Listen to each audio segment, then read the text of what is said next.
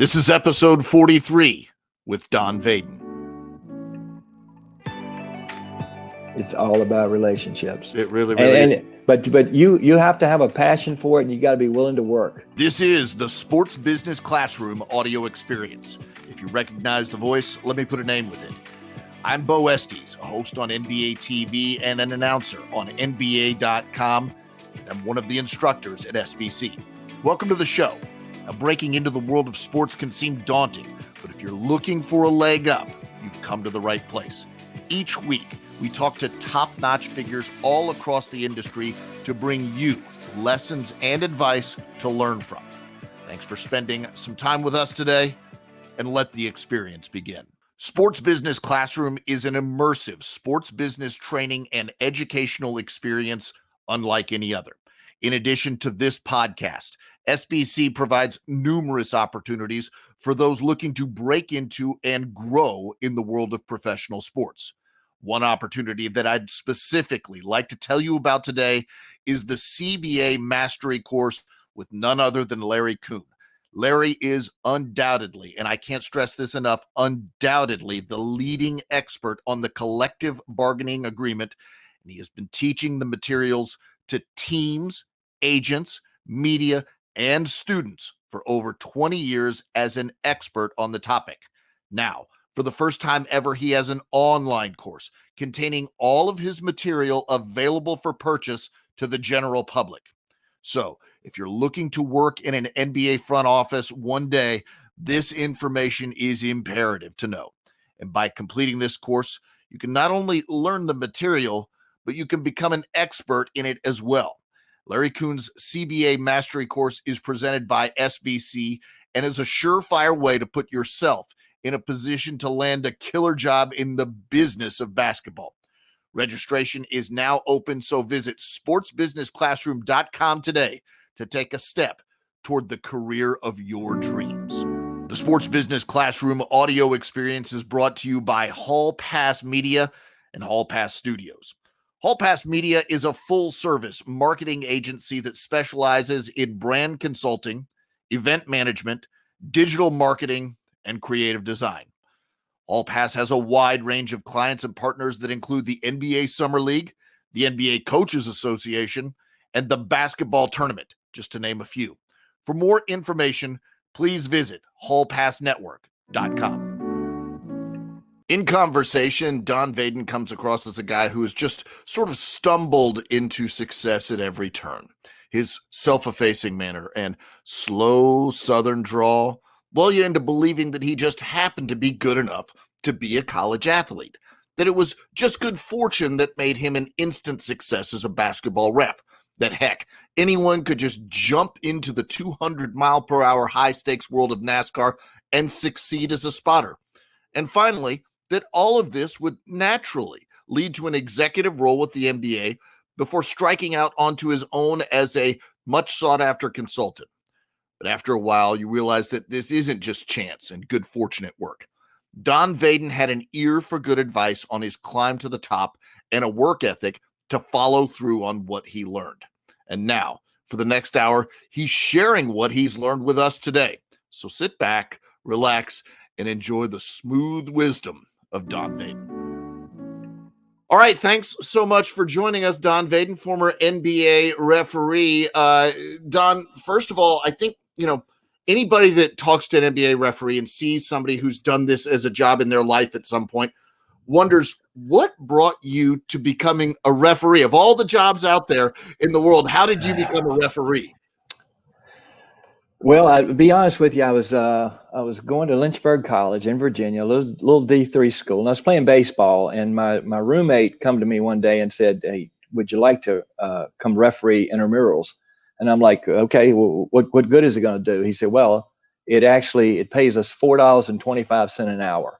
And I was like, "Holy cow, that's like a half of a, whatever." At that time, you could get Schmitz for 99 cents a six pack. So I was all in. You're doing the calculations. Without a doubt. So I said, okay, so for that, I can do a game for every game is played in about an hour. So we did flag football, we did soccer, we did all kinds of sports. But I kept coming back to basketball because that was, for whatever reason, I liked the I liked the climate because it was inside. Everything else was outside. It had a clock. So I figured out not long into my career after doing an American Legion one summer behind the plate, a 9-inning game that lasted 5 hours was brutal, and 99 degrees, in Virginia in the summertime is not a good thing. So I said, I'm gonna do basketball, and I only want to do one thing. Like a lot of times you go to these associations in high school and everybody's doing like 5 different sports. They're just referees all the time. And they change from one to the other, and they go all year long. And I said, I want to really focus on one thing, and that's going to be basketball. And so I spent really all my time officiating wise in basketball once I left college and got out, and started working. And this, at some point in your mind, it jumped from, calculations for, how much fun you can have with the money to this could be a career. When was that? Once I started working some small Division III basketball, and it was the ODAC in Virginia, some of those conferences with Roanoke, Lynchburg, Hampton, Sydney, some of those schools. I got to the point that I was moving up the ladder pretty quick, and I said, this could be something that could be more than anything else. And at that time, my goal was to referee in the ACC. That was it. Yeah. Everybody wanted, like I was in Virginia, so we didn't have any NBA teams. I really didn't know where all the teams were. I didn't follow it that closely. So I said, okay, my goal is to make it to the ACC. So long story short, after, a couple of years in 1983, I flew on my first flight. Oh, wow. I'd driven everywhere. Okay. I'm just a country boy in Virginia. So I took the first flight to Pittsburgh. We went to 5-star camp. Garth had a camp there, and so we went and refereed. We refereed outside on asphalt. Wow. Okay. All I remember is going home, and I had a burnt head right through here where my part was from the sunshine baking down on us. And so, look, that turned into an opportunity to be hired into the ACC. Worked 3 years there of league games. Worked the ACC tournament 3 years. Worked the NCAA tournament 1 year, the NIT 1 year. And then one night we're at the ACC tournament, and Joe Forte walked up to me and said, would you be interested in working in the NBA? And I was like, I don't know. I never really thought about it. He said, well, there may be an opportunity. They're going to 3 next year, and they have to hire 18 people, and they're looking for people, with not as much experience as he was. But they had already contacted him. Train? Is that the thinking? Somewhat, yes. Yeah. So they could put us through a training program that summer and get us ready. Well, I went to my first camp. I didn't know the rules. Number one, I didn't know the signals. Signals were different. The coverages were different. It was crazy. But the experience was unbelievable. That I went out and worked a half. Yep. Now I think about all the steps everybody goes through these days to be hired as an NBA referee. You gotta be scouted. You got to go to grassroots and mid-level and elite camp. And then you got to, they bring you to camp, to veterans camp. And then they work you in preseason games. And then they work you preseason and regular season games as a non-staff, just to be seen enough. Well, back then they just pulled me off the street basically and said, okay, you're going to Sacramento and the first preseason game with Hugh Hollins and Eddie Middleton. And I was like, okay, let's go. And so, no nerves? Oh, yes. Okay. Oh, yes. I was scared out of my mind, to do this because it was the first NBA game I ever saw. Oh, and wow. I was refereeing it. Wow. So I remember the first call I have a player control foul. And the first thing I did is go behind my head for player control, which is not an NBA signal. Oh, but I just remember one of the players go, this is not college. And I was like, no crap, man. You're right. We'll move on. So, but that was my first experience with it. And by the time I made it to my 4th game, we had like Philly and Baltimore at the time. And there was one hell of a fight during this game, and it was ruling and somebody else got in this fight. And I'm thinking about 2 minutes into this brawl, I'm thinking, this may not be for me. I may need to go back to college and be where it's safe. But look, it just happened. So that went into a 15-year career. I worked the NBA, playoffs. I'm 59 games, I think it is, and I worked the finals in 2002. People ask me all the time, what are some of the highlights, of your? What are some of your favorite stories? I know you told me about MJ and LeBradford, Well, look, I'm kind of pissed about that because Michael, he stole my thunder, because I tell this story everywhere. Look, I was in this game one time, and it was LeBradford Smith against Michael Jordan, and everybody goes, "Yeah, LeBradford. He played at Louisville. He was really a really good player."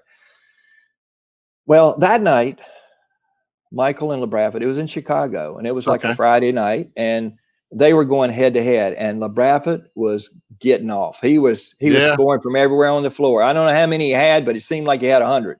And Michael had about 12. Ooh. Michael had 12, but at the end of that game, Michael won. They won by 1, and that was Washington at Chicago. So I just remember them, as the buzzer went, they were still talking some smack. So I walked off the floor with Mike Mathis, and I looked at Mike and I go, tomorrow night it'd be interesting. He goes, wow, where are you going? I said, no, not where I'm going. It's where Washington and Chicago are going. He said, where? He said, they play in Washington tomorrow night. And so he looked at me and he said, oh man, that's going to be something else. And it was Michael scored 30 some in the first half of that game, and Chicago won by 30. So that was what Michael did to people. If you just had to take your beating with him and not run your mouth. But that was I don't know if LeBradford learned from that, but I learned from it. I learned not to brag about something I did good. Just go ahead and take it and move on. Let me ask you about that. The challenges of being a ref. You're inside. On the outside, I feel like people always are sort of barking at refs, whether it's fans, coaches, players, anyone. Is that the biggest challenge of being a ref? Is there bigger? How do you guys on the inside take it? It's the smaller venues that you're at, like the lower level. I can go all the way back to Little League and Saturday morning YMCA games where the parents are yelling, and the kids don't know any better, but the parents know everything. So that's kind of hard. Plus, you have no security. And then I look at high school gyms that are half full, and you can hear everything right up to Division III games, which is kind of like the bubble. There's just not many fans, and you can hear everything everybody says. And so those are actually tougher than when you get to the NBA, when there's 25,000 people and everybody's screaming whatever they're screaming at you. Sure. But it's just noise, but it kind of motivates you to actual words. You don't hear a lot of the actual words. And if you do, you handle it the best way you can. But, you just deal with it. I mean, by the time you get there, you're making some money. Yep. Okay. So that's part of it. Plus, you're there to serve the game in a way anyway. So whatever it takes for you to go out and do your job, you just do it. And you kind of, when I was just starting and going through the different levels, moving up, when you'd get I remember going to Wytheville, Virginia one night and doing a high school AA state championship or regional championship game. And it was probably 200 people in this gym, but the gym held 50. Yep. And it sounded like it was 100,000 people in that place. And it was fearful of your life to get in. So look, the police came and got us from the hotel and took us to the gym. Wow. And they came and got us right after the game and took us out. And that was my first experience of saying, okay, I really like this. That was kind of scary, but I kind of liked it. The adrenaline. So, yes, it was adrenaline rush. So it was something that I really didn't get from playing. Okay. Playing was a little bit different, but look, I enjoyed being on teams and being part of teams. So it was just me and Mike Dallas that night, my partner in Wytheville, and we were a team, and we were going to do the best we could to get through this thing. Look, we had no sidelines. The people were standing around the gym, and there was no sidelines. So if the ball hit a fan out of the stands, we just called it out of bounds. Now this is going back a while, but it's not like it was in the 1700s. I mean, it was I would say 1970s, 80s. It would have been About 83, 84, something Okay. like that. Okay. Would have been that time. So a lot of change since then. Indeed. So you have this experience, this nice career. You make it all the way to the NBA Finals, which is a plateau hardly any ref ever makes it to, and you decide to move into a supervisor's role with the NBA. Why? What was your decision points there, and what attracted you about that job? I had at the end of 2000 or during 2003, I had my second back surgery. Oh, So I could no longer, well, I was advised not to run anymore because by the time I was 60, if I wanted to be able to walk, it was probably best. And gotcha. so I then came off the court and I took a variety of different roles with the NBA, crew chief coordinator, developmental person that would swing between the G League and the NBA referees and kind of watch the young, the more inexperienced referees that we were looking at to bring into the NBA. You're a That ref was kind scout. of that was my role. That was my Yeah. role there, and I would go to a lot of different places. That was a lot of different places. Sioux Yeah. Falls to Fort Wayne to The back roads wherever. of America. Yes, no, it made you appreciate what you had when you were refereeing in the NBA for sure. Gotcha. And so one day I was driving down the highway and I got a call from the office saying, "Look, we would like for you to consider being director of officials for the NBA." And I said, "Well, who else is interested in it?" He said, "I don't think anybody's interested in it." I said, "Okay, well, why not? I'll go I'm ahead done and try. considering. I'm done considering. Let me think about it. I want to think about it, but that answer is yes." Yeah. And so because if you think about it, in refereeing, you get to a point in your career, and it's usually later. I mean, I was in my 50s, early 50s when this happened. And normally, you ref until you just can't ref anymore, and then you kind of go into that type of role. That's the system, the way it's set up, and not that it's the right system, but usually you graduate to that point. And Yep. With me, it was an opportunity to really to put my finger on a lot of different things with the development of referees and really trying to change the culture. We were in a spot that it didn't seem like we were getting along very well with the players, and we didn't get along with the coaches, and there was a lot of friction. And I said, the one thing we're going to do is we're going to kind of bridge that gap where we're going to work together as Yep. a group to try to help with the communication. And so we did. We got involved with once I got there, and it was 2011, so that was the Yep. strike year, and then so we started on Christmas Day. Yep. I So remember. my first day as a director of officials, I went to Brooklyn at the 1 o'clock game or the noon game, and I went to New York for the 2:30 or 3:30, whatever it was, start that day. Yep. So I saw two games in the same day as a director. Yep. So and that was Christmas Day. So Yep. that was the start of my career. And through the 4 years as director, I think Miami won twice, San Antonio won once, and Dallas? Or was it after that? no, it was after After. Dallas. So, Yeah, it was after Dallas. so it's San Antonio, Miami, Golden State. Did you Golden get State's first, yes. So Golden Okay. State's first championship was my last year as Okay. director of officials, and then I moved over to the W. And look, people thought at the time, why would you go over there? I said, look, they need help too, and it was a much more challenging situation. They didn't have the Okay. budget Why? that the NBA Well, had. Well, the referees there, they work really hard, but they're college referees, they're G League referees. It's a mix up of different people. Some of them are ex NBA referees, so it's all okay. kinds. It's not just people trying to be an NBA referee. These are people that love the game, but they need it.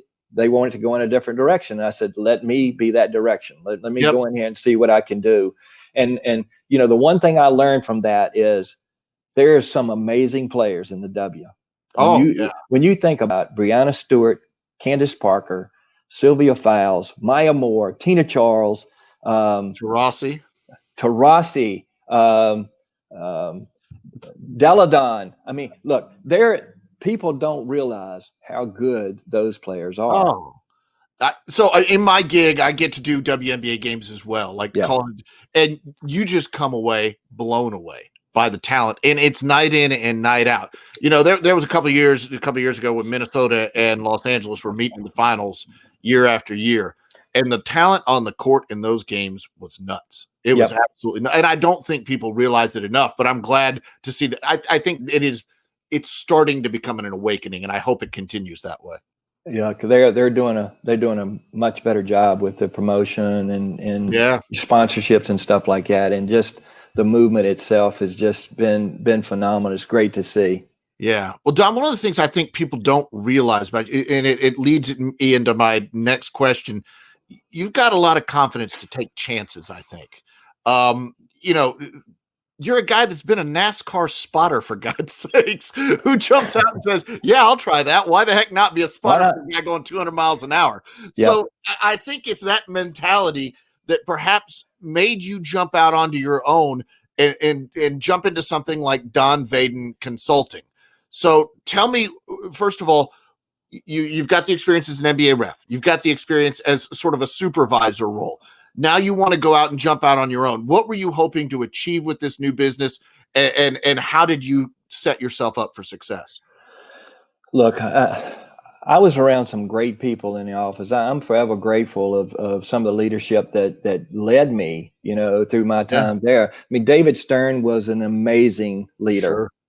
Sure. He scared the hell out of me a couple times. Okay. But he was amazing how you wanted to do your best to represent him in the league.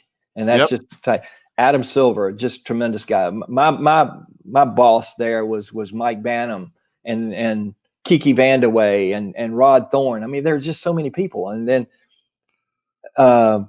through those connections of being a referee and also being the supervisor officials, I started, doing more with the summer league and more of the different leagues during the summer. I met Warren Legary. Sure. Warren was really inspirational for me to leave and go try something different.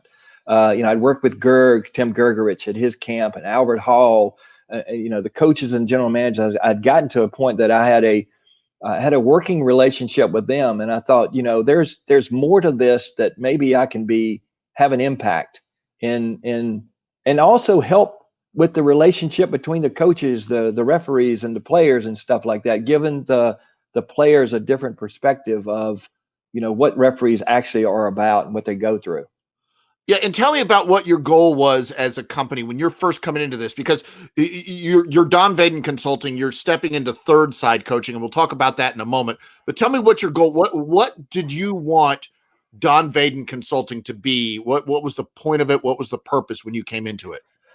Well, the first thing was, if you talk to teams and talk to coaches, it really comes down to, can I keep your guy out of foul trouble? Yep. And can I get him to the free throw line? Yep. I mean, that's two of the things that you set out with. And I like, through video and watching video. And so I started in Portland. So I went to work with Terry Stotts there and Neil O'Shea. Great organization, great people. It was walking in the first day, I realized, okay, this is something referees don't get to be a part of. And to see them trying to get their team focused and ready, prepared, and all the preparation it goes for. You saw the other side then. Yes, Bo, we thought referees spent, so much time watching video and studying and getting ready for games and things. It was nothing compared to what the teams do and what those individual coaches do and how much work really goes in on the player side. I know we show up on game night, a normal fan will go out and watch them warm up and see them kind of play around. And they say, they really don't play that hard. They play their butts off every night. If the closer you are to the floor, the faster and the bigger they are. I equate it to NASCAR. Interesting. NASCAR or any major league sport. So in NASCAR, if you're sitting in the top row, you go, oh, hell, I can drive that car. I could go that fast. They're not going that fast. But then if you go down and stand close to the fence, and they come by, look at Talladega, at Daytona, when they come by, they almost blow your clothes off if you're close to the fence. Yes.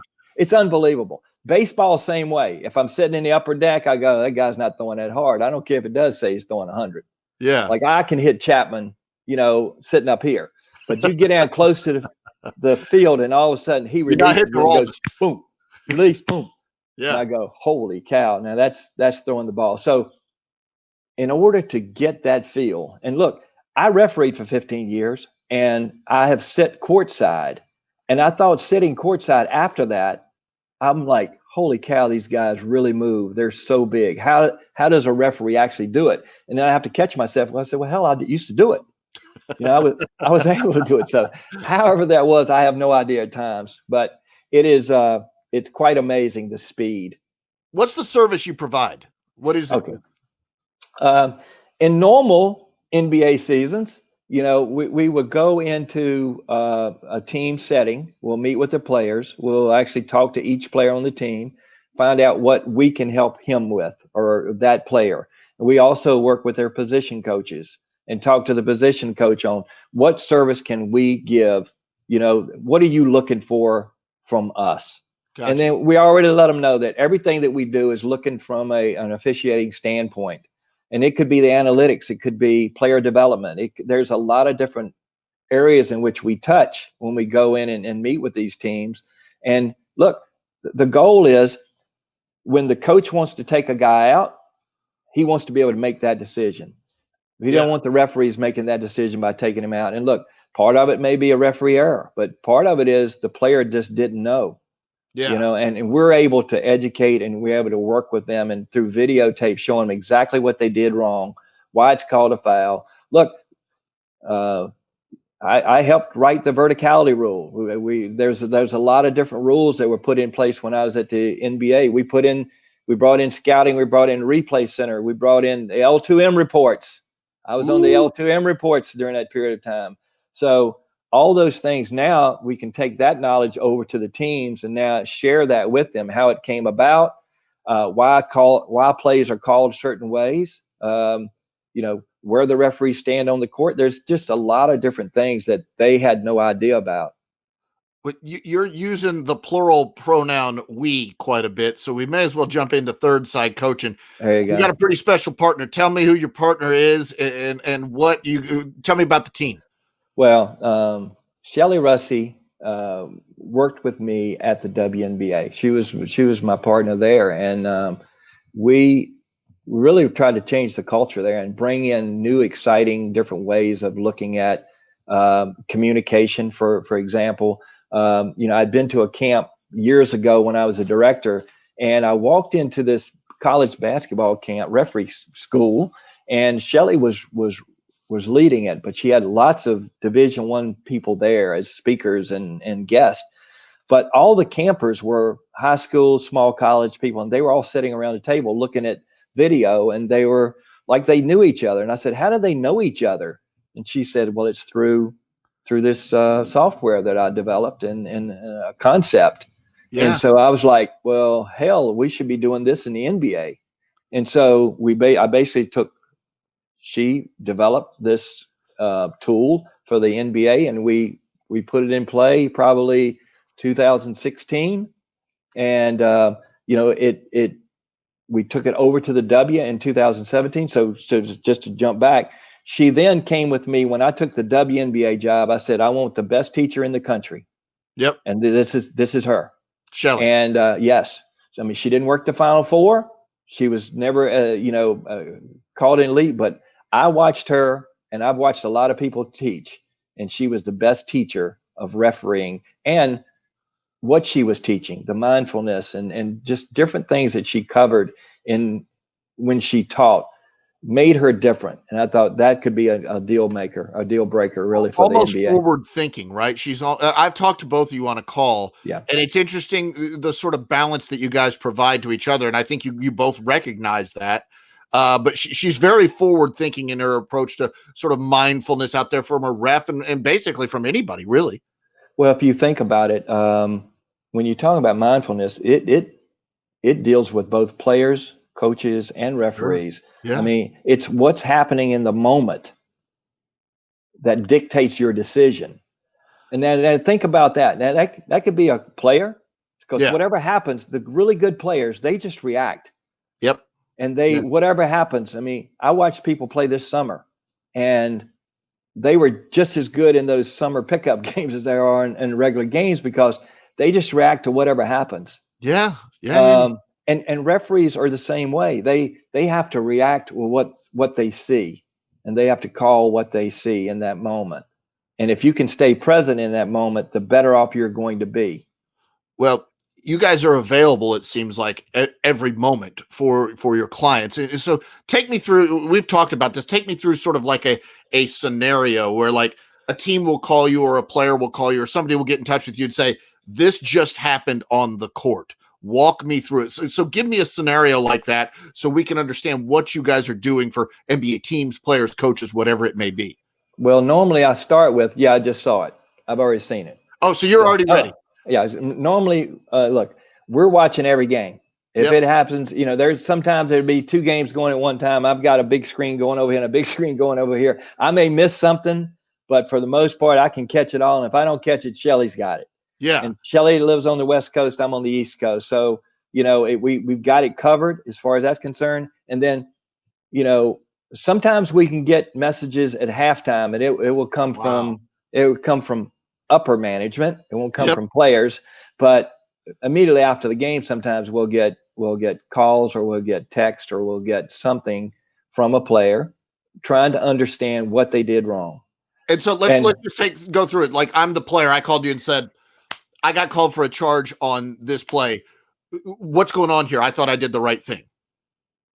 Well, and that brings me to our answer is important because we may say, look, I need to look at different angles and give you the right answer. I don't want to, right off the top of my head, looking at it in real time and it only showed one replay, it looks like you're there.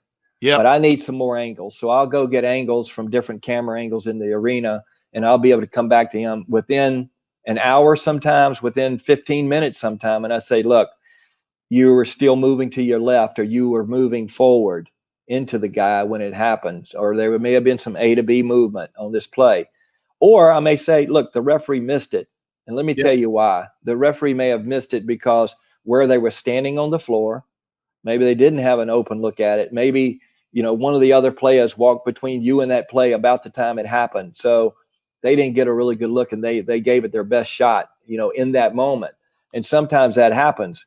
But the biggest thing is to make it clear in their minds when they go to practice the next day, or look, when they lay down at night, and they go to bed, they want that answered. Look, so it's resolved. It's resolved in their mind. Yes. Shelly and I worked at the league office, so we know that sometimes the layers get in the way, the levels. You have to take it to this person and to that person, and you have to get a consensus on this play. Where here it's two of us basically making that decision, and we'll look at enough replays, and we're that third side view. It's you got the coach's view, you got the referee or the player's view, and the referee's view, and we're that third side that will come in and look at plays from that standpoint. We're looking at it through officiating lens, but we're also looking at it from a third side view, and it's not just. We try not to get caught up with, because we're working with this team and we really like these players, that, you can't always agree with them. And look, we want them to go to practice or go to their next game and know what they did wrong or what they did right.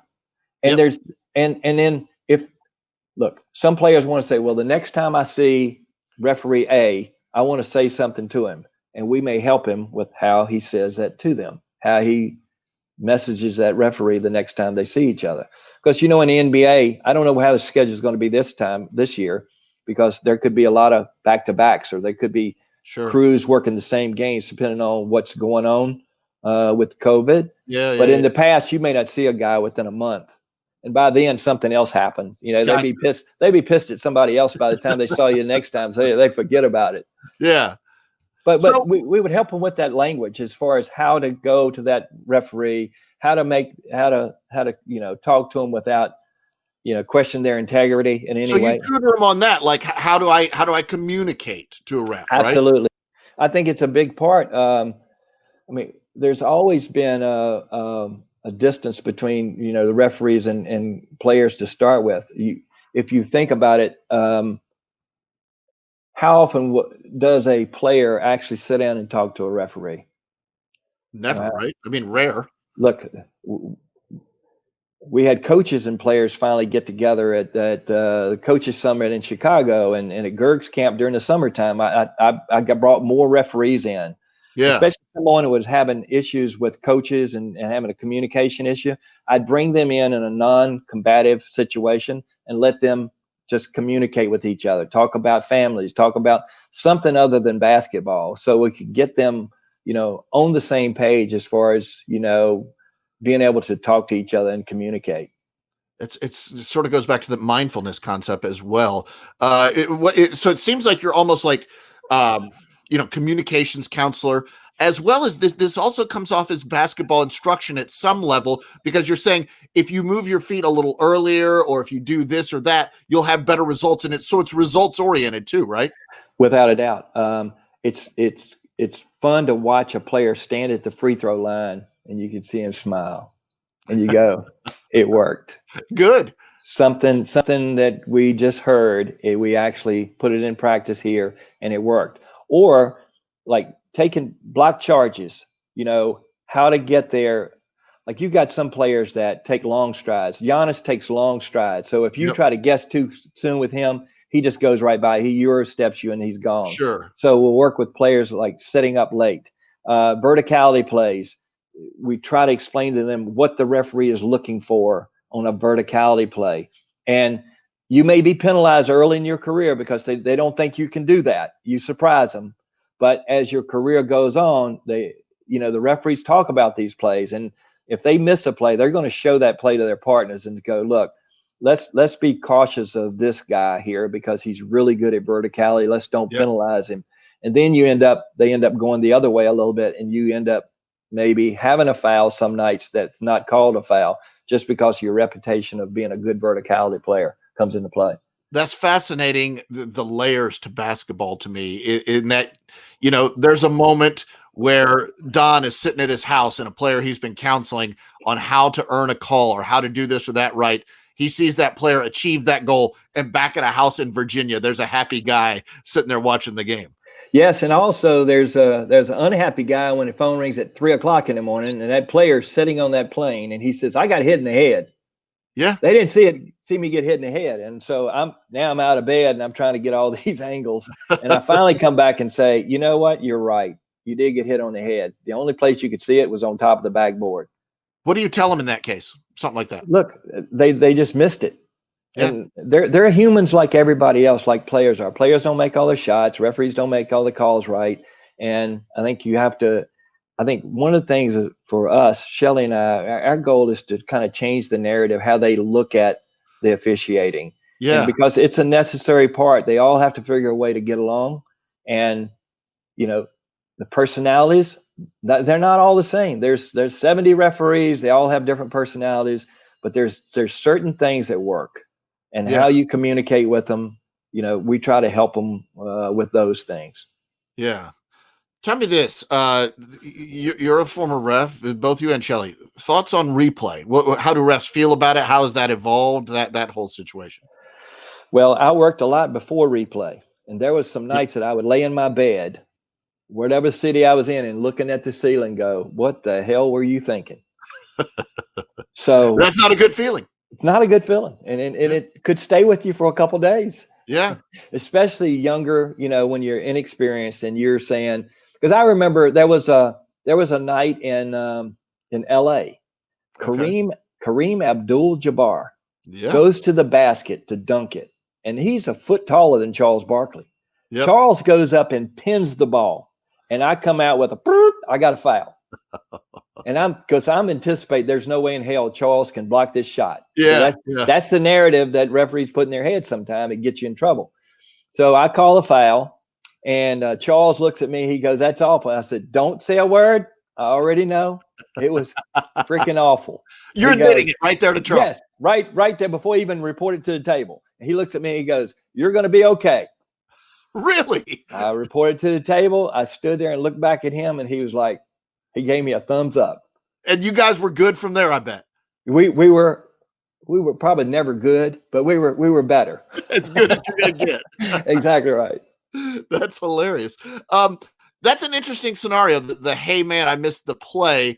And it seems like, maybe with your company too, that understanding of the ref side of things, that's an important allowance, right? The ability to be able to say, I missed that one, or I may have missed that one, and how you communicate it, right? Exactly. We spent a lot of time, Shelley and I did, with the W and with college referees. We trained the Big 12 consortium for 2 years. And with that, a lot of it was done with communication and what to say and when to say it. I think the one thing on the officiating side is when someone has a question for you, you need to answer that question. Okay. So many times you go over there, you already got the answer, and you're going to set them straight, and you're going to go with an attitude, and that doesn't fly. Yep. That doesn't work. It never works. First of all, you got to remember the coach is going to always have the last word. Yep. Okay? Player's going to have the last word, and if you think you're going to have the last word, you're just digging a hole that you're going to be covered up in through time. Okay, so again, customer service is how you have to look at this. That's funny, that mindset, the customer service mindset. Yeah, so I never thought of it that way. So because you're serving the game is what's important. Yep. What somebody says to you and hurts your feelings are not important to that game. And that's what you have to be able to put out of your mind when you go into these situations. But we spent a lot of times with what the referees would say to the coach and how they would respond to the coach, because you have some really tough coaches and you have some really great coaches, to communicate with on the college level and the pro level too. But the college games more with their communication with the coaches. Yeah. And the pros, you better be able to communicate with the players. Yeah. And you gotta build that somehow. It's got to be a respect. It's got to be there. Back when I started, in 1988, when you had Earl Strom and Jake O'Donnell and Jack Madden, those guys, some of it was fear-based. Daryl Garrickson, they feared those guys. Yeah. The players feared the referees because they knew they were gonna like stick it to them or whatever they thought. And with analytics the way they are, and every game being graded and every play being graded, those days are over. You have to go. You have to move. If you make a mistake, you got to move to that next play. And so when you think about it, it's the same as a player. Player has to get over where he is or what he did wrong, or a mistake. Like one of the things we concentrate in so much is what to do if you think the referee made a mistake. What are you going to do? Reach out. What are you going to do? Reach out and grab the guy and take a foul? Okay, that makes no sense. Yeah. So what's the perfect interaction between a frustrated player and a ref? If you're talking to your player, what's the perfect way to react? Look, it depends on what part of the game you're in and what's going on in that moment. Yep. That the referee's got a job to do, and that job is to call the foul and report it to the table. And then there's going to be a lull before you shoot the free throws or before you put the ball in play. There's an opportunity there. Yep. It could also be that you want to talk to somebody else and not that referee. A different ref. Yes. So it may be someone that you're more familiar with, number one. Yep. Okay, through experience or whatever. Or it could be that the person that's reporting is going over there and you're on the bottom block for the free throw, and there's somebody standing right beside you, and how to have that conversation and just saying, instead of just saying, that's a BS call or whatever, doing that way, ask the person beside you, what else could I do on this play? What could I have done different on this refs play? Appreciate that, right? Yes, that's better. Or could you look at that at halftime and let me know? Yeah. There's does that happen a lot? Does that a lot? It does. So you'll go back at halftime as a ref and say, he asked me to look at this play in the second quarter. Yep. Boom. Gotcha. Plus now it's even easier because you have the replay center, and the replay center has a tech guy there, and he can pull up the play for you. Because a lot of the NBA referees now will go over to the table and you'll see them write something down on the table. Okay. That's writing down a play that they want to review at halftime. And then, so you're a ref and you're walking out to the third quarter and you are discussing with the player. You say, hey, I looked at it and I saw X, Y, and Z, right? Yep. And you just try to update them, whether it's right, wrong, or maybe in a gray area. Exactly. You're not going to like this, but we just looked at it. You hit it. You touched the ball last. Okay. Or whatever it is, just let them know. Or you could go to them and say, look, Isak Bonga, I was wrong. My apologies. I didn't see it that way at the time, but now that I see it on video, I was wrong. And so it helps you with the respect between you and that player going forward. And the next time you need that player on your side, you can go to them, Isak, I need your help here. Yep. And, you kind of get through the next moment. That's interesting. It sounds like you're teaching these players all of this communication. Do you consult with refs still? Do you talk to them about player interaction? Because it seems like you've had this wealth of experience from the referee side, but now you're gaining all this experience in working with the players, and you may have something to give back to the refs as well. Well, this is what helps us when we're doing our clinics or we're doing Zoom calls with groups of referees. And as we said, we're no longer working with pro referees, but we're working with, college referees and Sure. on all levels, and high school officials as well. And so there's so many things that come up in a game that you see now that you say, okay, that could be useful when we're talking to the referees to Yep. give them a bit different understanding of what the teams think. Think about it. You can go to a game and you see a hand check here and a touch foul here, a tip on the elbow, and as a fan, you don't even know what happened. But then all of a sudden there's a run over and there's no whistle. Yeah. And you're going as a fan, you think, I'm confused on what's going on in the game. But the guidelines might be different. You can't touch a shooter's elbow. You can't have two hands on the person in the post, but it doesn't, to a regular fan, it may not look like a foul. Whereas we know that there's forearm rules, there's guidelines, and we teach those guidelines to the players. In your view, and you just see a lot of talk about this from NBA fans, is the physicality of the game or what is allowed much different from when you were calling games in the 90s and Anthony Mason was crunching Michael Jordan? Seriously? Now, how much different is it? No, not at all. Look, I'll give you this story. I was standing at the free throw line at the second mandatory of the third period with Yep. New York, Miami. Okay. I don't know what year it was. 90s. But Anthony was there. Yep. Okay. God rest his soul. Yep. But they were beating the crap out of each other. Okay. Yeah. And it was literally, I may be wrong, but I think the score was like 42-39 or something like that. It was something crazy like that. But I remember looking at Steve going, and I was with Steve Jabbie, and I went, Steve, yep. Do you have any idea what the score is? He goes, I have no idea. I'm like, he's like, we're living and dying every 24 seconds out here. I said, well, it is literally like 40-some to 40-some, whatever it was at the time. And he was like, are you kidding me? I said, no, I'm not kidding you. So we had to fight through this thing. So look, this is where, now everybody scores so freely, and it's really up and down and put those games. I remember having Shaq as a young player. Yep. And I remember leaving the floor, going to the locker room after the game and having a migraine headache because every possession was dumped down to him. And you got these guys trying to play them, hanging all over him. Look, and we didn't have forearm rules and stuff. We had to put the forearm rules in to referee those type players because we didn't know what a player could do or what he couldn't do at the time because we'd never seen anybody as fast as he was or as big as he was. Yeah. And he changed the game as far as how we referee the post play because we had to, or somebody would have got killed. Yeah. But so many times during those games, I mean, if you think about Lambeer and during that, look, I had Detroit like 7 times one year when they were the bad boys, and I was thinking, okay, they want me to quit. The league wants me to quit. This is a message they're sending to you. Without a doubt. And so, but I told people this. The thing about NBA games, you work in so many games, and you're going to another city, and you're trying to focus in on that game.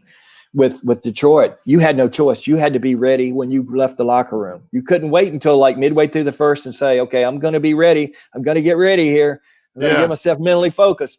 I was focused by the time I left breakfast that morning because I knew you can't miss anything in these games or, all hell's going to break loose. So challenging, yes, but it made you better. Was it tougher to referee then just because it seems – this is just my perspective. It seems so much more physicality was allowed. I mean, not a little bit, a whole lot more was allowed back then versus now. If you get touched, it's off at a whistle. It just seems almost a different sport. Look, there was no guidelines. Yeah. So I remember my first month, I worked with Jake O'Donnell, 15 games. And we had a different second guy. I was the third person. Yep. I wasn't very good, so I was the third person. Yeah. But we came out of camp. I had a pretty good idea of what we were supposed to do. Because I want you to think about this. I was hired in the summer. I went and worked a half. They hired me. Then I went to a pro-am event in Indianapolis. The players were awful. Oh, And wow. so then I go out and we start working these games. And Jake just took me. Jake and I, we got along. We hit it off. And he said to me, he said, "Kid, you just watch me work. Watch what I do. Yep. I'm going to show you how to referee these games." Because back then you didn't get videotape very often, Okay. unless something really bad happened. You were there wasn't post guidelines. There wasn't hand check. I mean, these guys manhandled each other with hands, on the perimeter. And so the movement was not free like it is now at all. No. I remember when David Stern met us at camp, and he says they showed a video of like 1985 Lakers playing somebody, and he says, "I want the game to look like this: Showtime, free flowing, showtime. I mean, where it's exciting to watch, and they can score. The way it is right now, teams can't score, and everybody was taking 24 seconds off every possession." Yep. And he wanted more of an up tempo, and we were like, "That's crazy as hell. There's no way that's going to happen." Yeah. But then we put in hand checking, and we put in, forearm above the free throw line was illegal, and you could never put two hands on a dribbler. You couldn't body bump, a guy with the ball, and then the post guidelines. And all of a sudden, now the games were horrendous through preseason. We were shooting 80 free throws a night, and and we thought, okay, this is crazy, but you know what? They want us to do it. We're going to do it. You're communicating the new rules. And we stayed on that, and we stayed on. And really about halfway through the season, you just woke up one morning, you went, this game does look better. Yeah. And they Is it actually wild for you to watch it now compared to what you were reffing in the 90s? It is, well, first of all, you think about this, and I say this to I work with defensive players a lot. Two things I've concentrate on before I go to that is how can you defend without fouling? Yeah. And then the other one is, how can you create contact and get them to call a foul? Do you watch the game now compared to what you were seeing in the 90s? And it just looks night and day different. It's a different sport. It is. And again, working with defensive players, you realize how hard it is for them to defend good players. I'm thinking Michael Jordan would have fun right now. He would. Like, tell you a Michael Jordan story. Michael gets the ball, and he's got it about the 28-foot line. He does a move. The guy bumps him, hand checks him, and I call a foul. He goes in, lays it up. He turns right around, comes back to me. He says, "Don't call that shit." Really? Yes, he says it to me. He says, "Because I had the guy beat."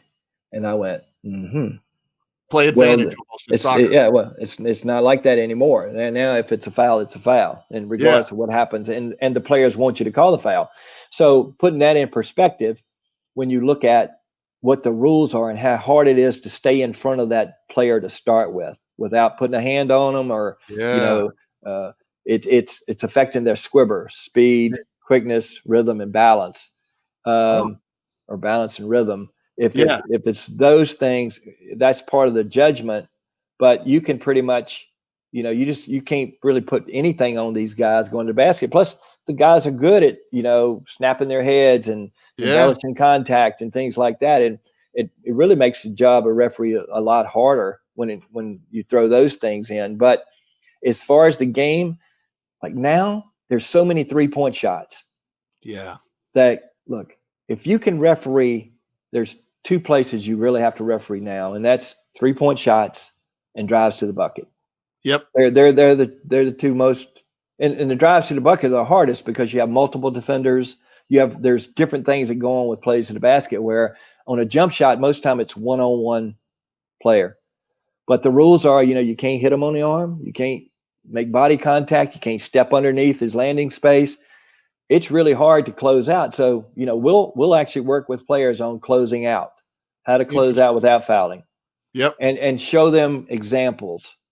Because if you think about guys that are really, really good at drawing contact on threes, I mean, there's some really good guys. I mean, James Harden always comes to mind, Amazing. but Yeah. but Steph is good.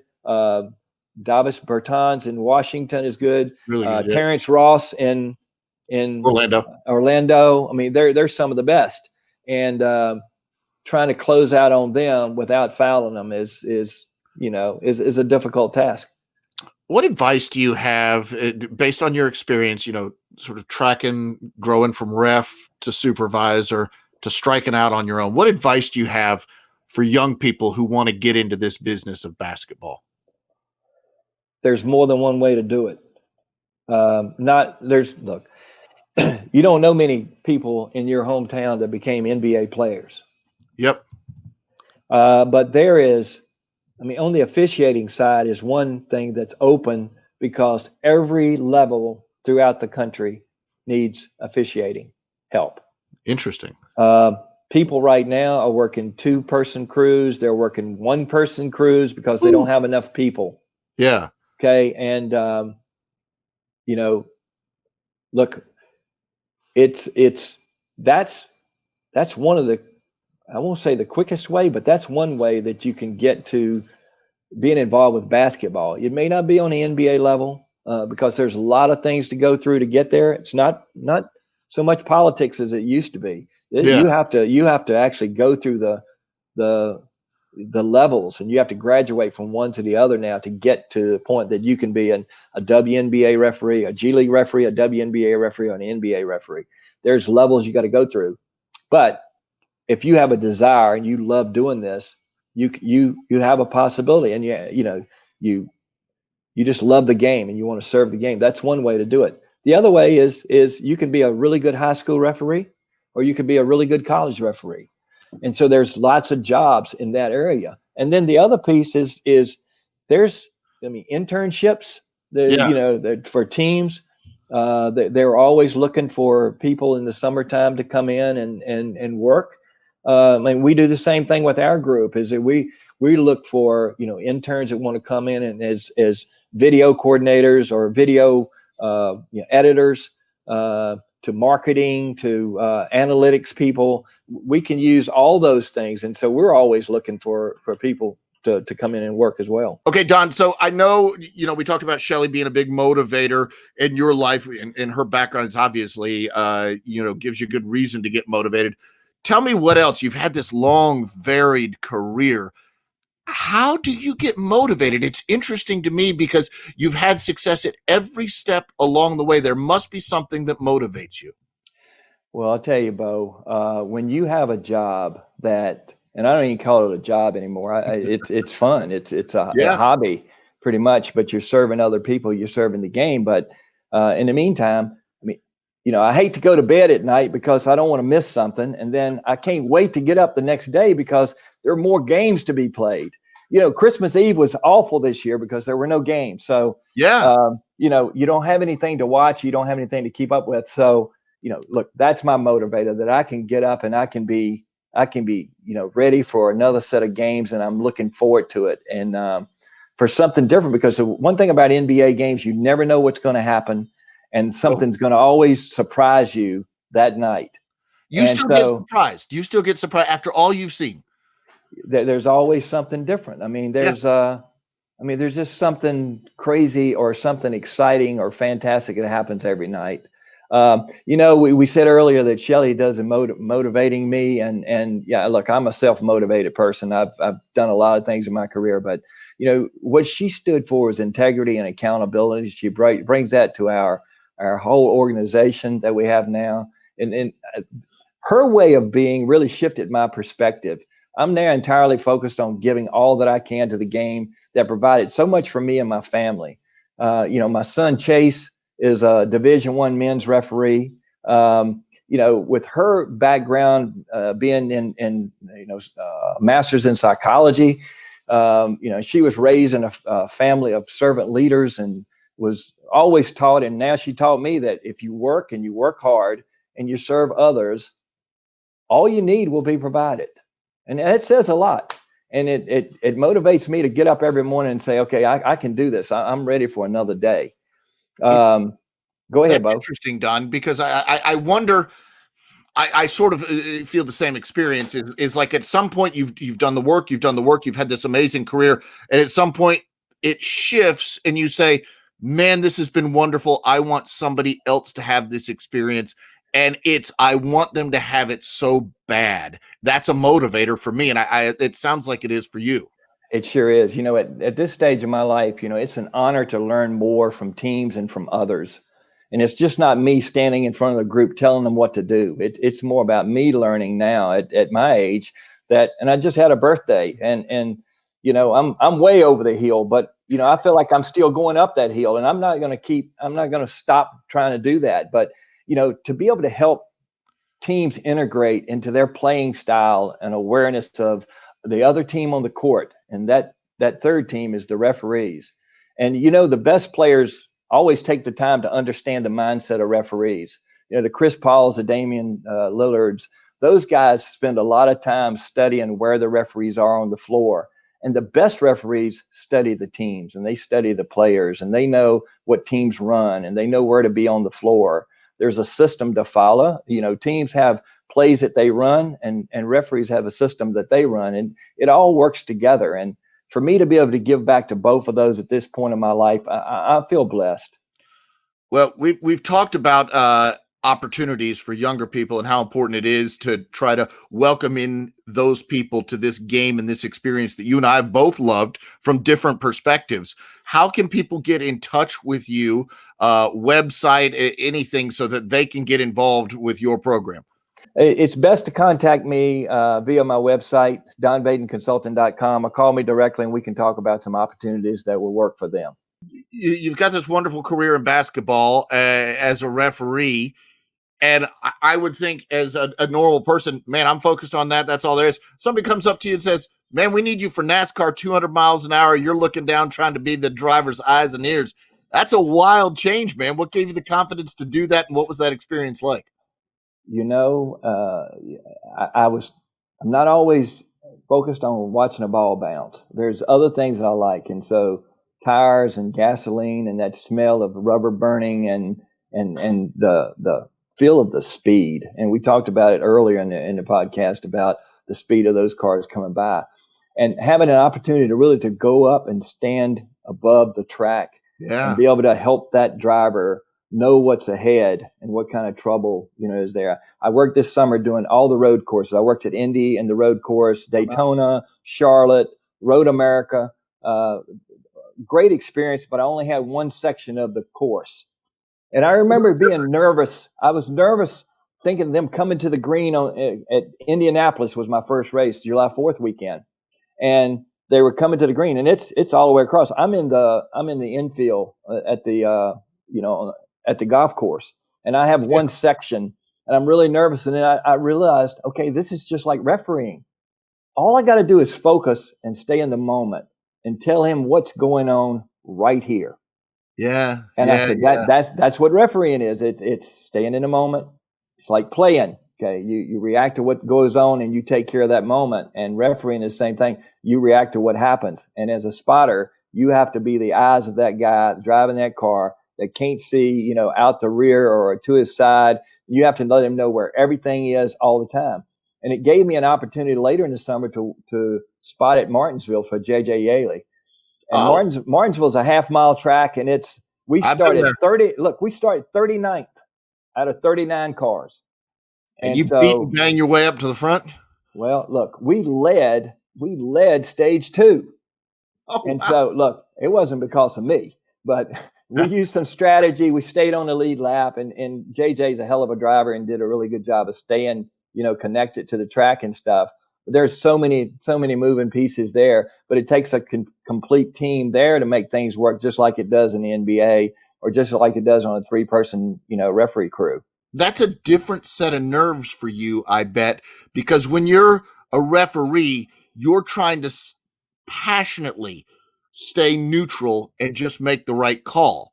When you're spotting for JJ Yaley, my God, we're trying to win this race and I'm on a team and I'm trying to get the W. That's got to be a different feel for you, right?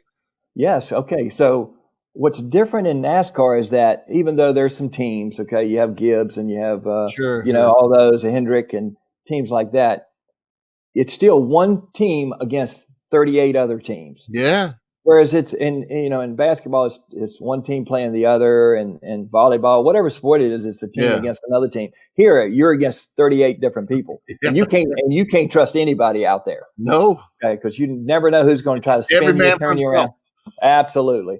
So, you know, the part that I enjoyed about it is it took me completely out of any other problems I have in my life at the time, and I can just focus on taking care of him. It was me serving him for 2.5 hours of total concentration. And when we had cautions or stage breaks or whatever, I was able to get a little water, take a deep breath, and then we're coming to the green. Yeah. And it was Yeah. all on again. So that was a lot of fun. It was a lot of fun to go back and do that again, and hopefully have some more opportunities to do that. Well, Great Don, it's leader. been a real pleasure, man. Thank you so much. We wish you all the luck in the world. We'll have the links up to your business.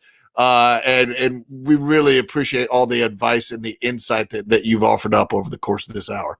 Yeah, I appreciate you having me, Bo. Okay, take care, bud. Okay, thanks. So thanks again to our guest today, Don Vaden. Don always seems to be on the lookout for the next successful step, and it's for that reason alone that I'm excited about this new partnership he has with Shelley Russie. And as they form Third Side Coaching, I think it's a business to watch in 2021.